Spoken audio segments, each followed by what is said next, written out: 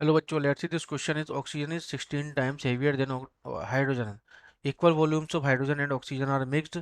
Then the ratio of speed of sound in the mixture to that of the hydrogen. तो बच्चों यहाँ पे क्या बोल रहा है, इक्वल वॉल्यूम। तो इक्वल वॉल्यूम मतलब हाइड्रोजन का ऑक्सीजन का वॉल्यूम और हाइड्रोजन का वॉल्यूम दोनों का क्या है, दिस इज वी मान लेते हैं इक्वल है, क्योंकि ये क्या है, दिस इज इक्वल।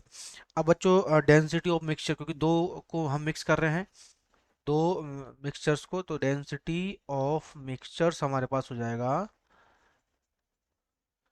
क्या हो जाएगा बच्चों, this is rho of mixture का, ठीक है। तो हो जाएगा this is rho one v one plus rho two v two upon v one plus v two, ये मेरे पास डेंसिटी है मिक्सचर का, क्लियर।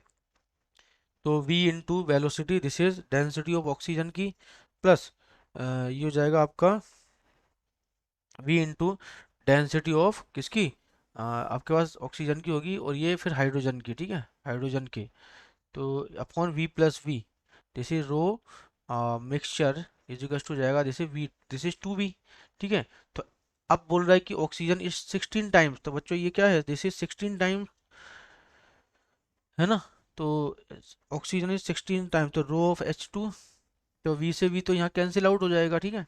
तो this is rho of H2 और ये ऑक्सीजन का 16 टाइम्स, तो this is 16 row of O2, है ना, अपॉन, सॉरी H2 का ही 16 टाइम्स अपॉन 2, तो ये 2 से दिस इज 70, तो 8.5, this is rho of hydrogen, ठीक है।